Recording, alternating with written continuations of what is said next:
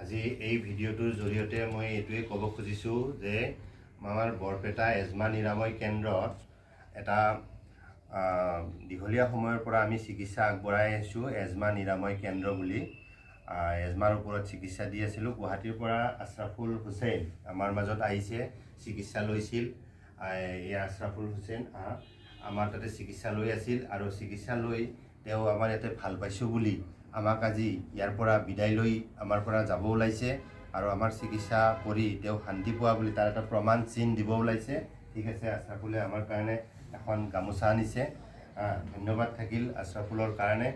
আজি গুৱাহাটীৰ পৰা তেওঁ ইয়াতে চিকিৎসা বিচাৰি আহি ইয়াতে কোনোদিনা সৰু কালৰ পৰা এই ৰোগ তেওঁৰ আছিল বুলি আমাক কৈছিল আৰু আজি ইমান বয়সতো তেওঁ এজন বিকম ষ্টুডেণ্ট হয়, বিকম ষ্টুডেণ্ট হয় এজন কমাৰ্চ কলেজত।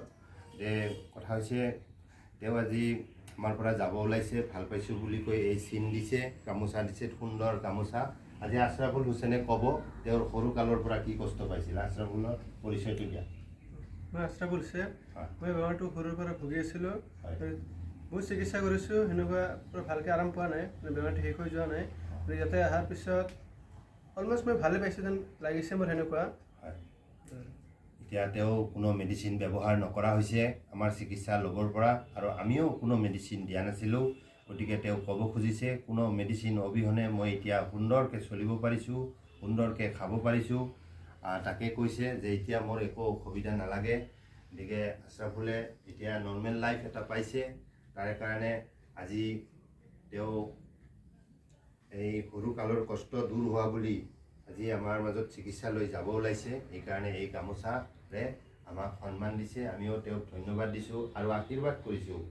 আল্লাই তেখেতক ওপৰলাই এনেকৈ এই ৰোগৰ পৰা যি মুক্তি দিছে বুলি অনুভৱ কৰিছে আৰু সেই এনেকৈয়ে যেন তেওঁ সদায় সুন্দৰকৈ চলি যায়, আমাৰ আশীৰ্বাদ থাকিল।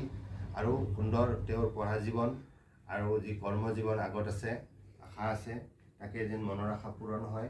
আৰু কিবা ভৱিষ্যতেও যদি কিবা ডিষ্টাৰ্ব পায়, এই অসুখৰ যি ডিষ্টাৰ্ব আছিল আগতে আৰু এতিয়াতো নাই, আৰু যদি কেতিয়াবা হয়ও আমি তাৰ দায়িত্ব ল'ম বুলি কথা দিওঁ, সকলোকে কথা দিওঁ আৰু কৈ থাকোঁ যে আমাৰ তাতে এবাৰে চিকিৎসা হয়, ভৱিষ্যতে যদি কিবা দৰকাৰ হয় তেতিয়া কোনো খৰচ ভৰিব নালাগে, কোনো খৰচৰ কথা নাহে, পাছত নাহে। এতিয়া যদি কৰিছে এটা সাধাৰণ খৰচ কৰিছে মাত্ৰ, সেইখিনিতে তেওঁ সুস্থ হৈ গৈছে। আৰু তেওঁৰ দেউতা আহিছে, তেওঁৰ পৰিয়ালৰ মানুহ আহিছে, আহি আমাৰ মাজত উপস্থিত হৈছে। আহক আপুনি দেউতা, আপুনিও আহক, আহি কিনে আপোনাৰ গামোচাটো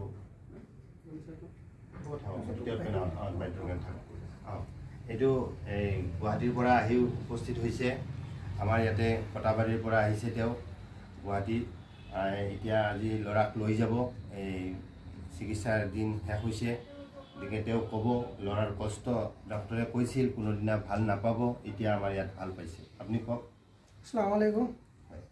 মোৰ ল'ৰাটোৰ বেমাৰটো আছে, সেই সৰুকালৰ পৰাতো বহুত কষ্ট কৰিছোঁ, বহুত জেগা মই ঘূৰিছোঁ, হায়দৰাবাদ, চেন্নাই, বহুত জেগা মই হেৰি কৰিছোঁ, বেমাৰটো ভাল পোৱা নাই।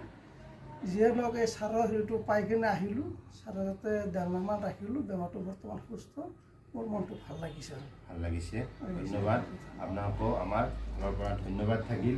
এনেকৈ ভাল চিকিৎসা বুলি জানি গুৱাহাটীৰ পৰা বৰপেটালৈ আহি চিকিৎসা লৈ আজি সেই অসুস্থ দূৰ হোৱা বুলি কৈ আৰু আমাক যি সন্মান দিছে বা আমাৰ পৰিয়ালক সন্মান দিছে, দি কোনে আজি যাব ওলাইছে, তাকে আমাৰো শুনি দেখি খুবেই ভাল লাগিছে। এই ক'ব খোজোঁ যে এজমা নিৰাময় কেন্দ্ৰ সদায় এনেকুৱাই কাম কৰি গৈ আছোঁ।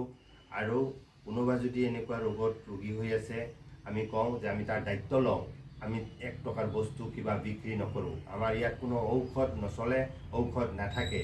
গতিকে বিনা ঔষধে এই ৰোগ ভাল হয়।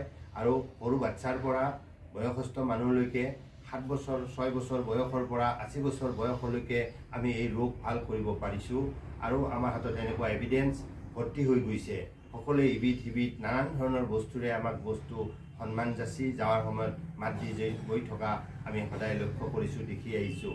গতিকে সকলোকে ক'ব খুজিছোঁ এই মোবাইল এই ভিডিঅ'ৰ জৰিয়তে যে এই ৰোগ আৰু নাথাকে।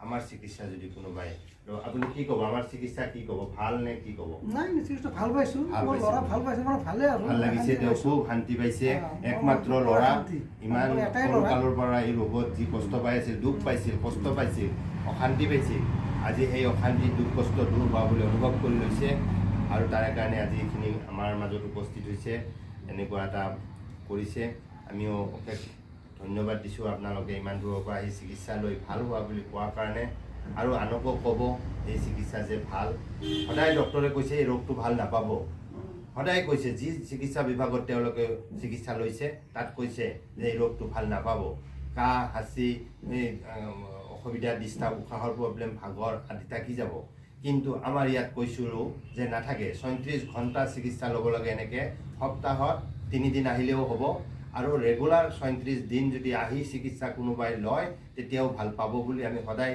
কৈ আহিছোঁ আৰু তেওঁলোকে ৰেগুলাৰ ইয়াতে কৰাৰ ষ্টুডেণ্ট হয় যিহেতুকে ইয়াতে থাকিয়ে চিকিৎসাটো লৈছিল আমাৰ ওচৰত ভাড়াত থাকি গতিকে এতিয়া ভাল পাইছে আজি যাব ওলাইছে ধন্যবাদ